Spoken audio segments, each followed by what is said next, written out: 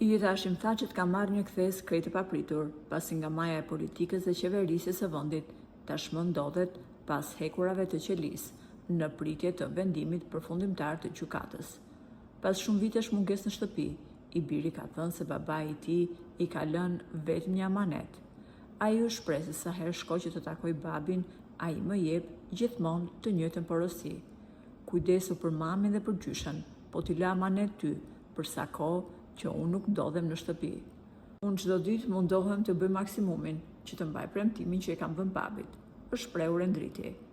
Por ajo që ka hapur më shumë polemika dhe diskutime kohët e fundit është fakti se djali i Hashim Thaçit përdor makina të shtrenjta dhe moshatarët e tij pyesin se nga i burojnë këto lek. Megjithatë, deklarata e pasurisë së familjes së Hashim Thaçit ka çuditur jo pak veta. Përveç pasurive të Hashimit, ai ka deklaruar edhe pasurinë të birit, se sa lek ka i biri në llogarinë bankare.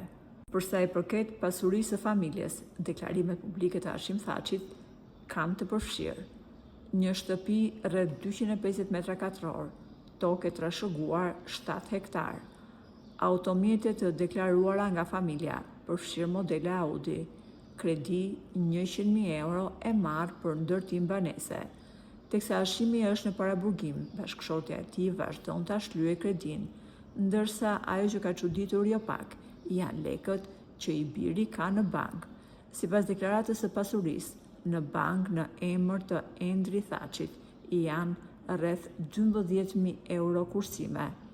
E ndërsa kurreshtja e publikut mbetet e lartë, një pyetje vazhdon të shtrohet. A është kjo e gjithë pasuria e deklaruar të birit të ish presidentit, apo thjesht ajo pjesë që publiku ka mundur të shohë?